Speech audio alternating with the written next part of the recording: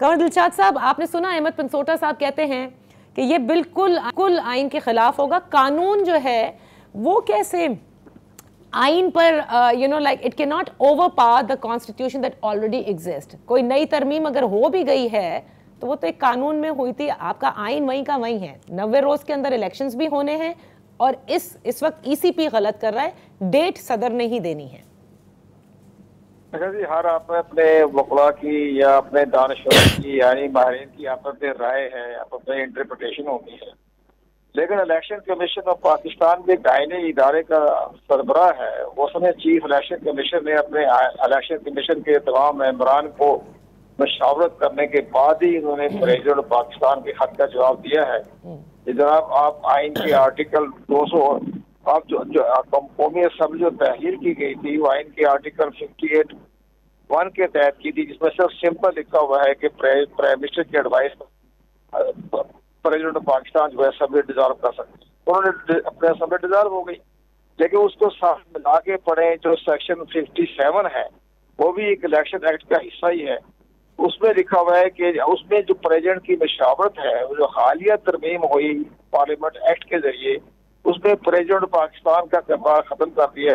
और तमाम इख्तियारात जो है वो इलेक्शन कमीशन ऑफ पाकिस्तान को दे दिए। अब ये दोनों राहें पे चल रही है, एक एक्ट का हिस्सा है, दूसरा आर्टिकल 58(1) है। जो हमारे दोस्त फरमा रहे हैं वो ठीक है, उसकी बात में वजन है कि वो आइन का आर्टिकल 48 का जो सब सेक्शन 5 है उसमें ये लिखा हुआ है कि जब वो प्रेसिडेंट पाकिस्तान जो है असेंबली तहरीर करेंगे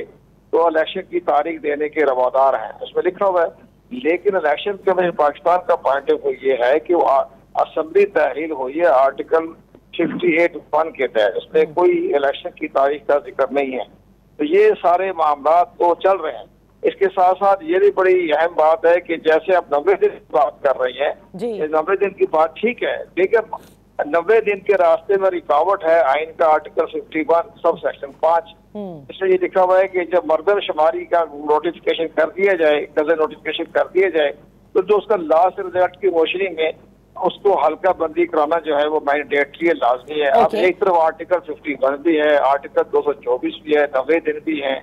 और इस साथ साथ हल्का बंदियां भी चल रही हैं। लेकिन हमें जो आज खबर मिली है वो ये है कि इलेक्शन कमीशन ऑफ पाकिस्तान जो है वो हल्का बंदियों के साथ साथ इंतखाबी फरिश्तों को भी अपडेट कर रहा है। तो 14 दिसंबर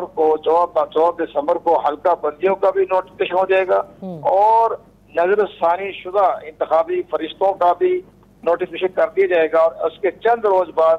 अपने इलेक्शन शेड्यूल जो है सेक्शन 57 के तहत जारी करके इलेक्शन जो है वो फरवरी के पहले हफ्ते में हो जाएगी।